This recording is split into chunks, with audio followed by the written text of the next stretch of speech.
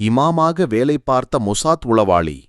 ஈரானில் 15 வருடமாக இஸ்ரேலுக்கு உளவு பார்த்த மொசாத் உளவாளி கைது. ஈரானின் பள்ளிவாசலில் இமாமாக வேலை பார்த்த ஷேக் இமாமி அல் ஹாதி என்ற நபரை ஈரானின் உறவுப் படையினர் கைது செய்தனர். அவனது பெயர் சைமன் என்பதும் அவன் ஒரு யூதன் என்பது தெரியவந்தது. கடந்த 15 வருடங்களாக இந்த யூதன் பள்ளிவாசலில் இமாமாக வேலை பார்த்து இஸ்ரேலுக்கு உளவு வேலை பார்த்துள்ளார். நம்மிடையே எத்தனை சயோனிஸ்ட் உளவாளிகள் இருக்கிறார்கள் என்று எனக்கு ஆச்சரியமாக இருக்கிறது.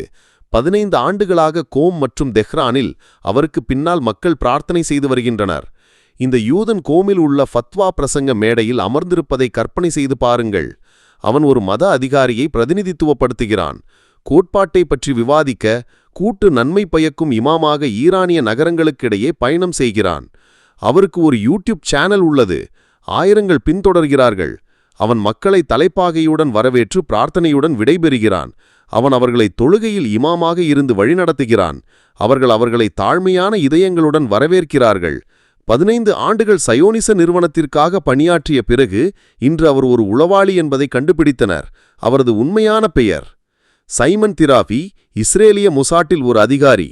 ஊடுருவல் புனிதஸ்தலமான புனிதஸ்தலத்தை, செமினரியின் இதயத்தை, ஷியா அதிகாரத்தின் மையத்தையும் மற்றும் இமாம் ஹுசைனின் சரணாலயத்தை அடைந்தது. ஒரு உளவாளி மஹ்தி என்ற பெயரில் தலைப்பாளி அணிந்து கீழ்ப்படிதலில் மூழ்கியிருக்கும் மக்களை ஏமாற்றுகிறான்.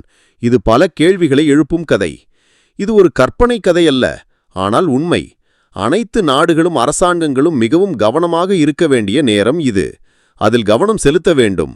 நம்பிக்கை என்பது ஒரு வழியல்ல, கதவுகள் யாருக்கும் திறந்திருக்கும். ஓ இறைவா, நாங்கள் உன்னிடமே உதவி தேடுகிறோம். போலிகளை விட்டு எங்களை பாதுகாப்பாயாக என்று பிரார்த்திப்பதைத் தவிர வேறு என்ன இருக்கிறது?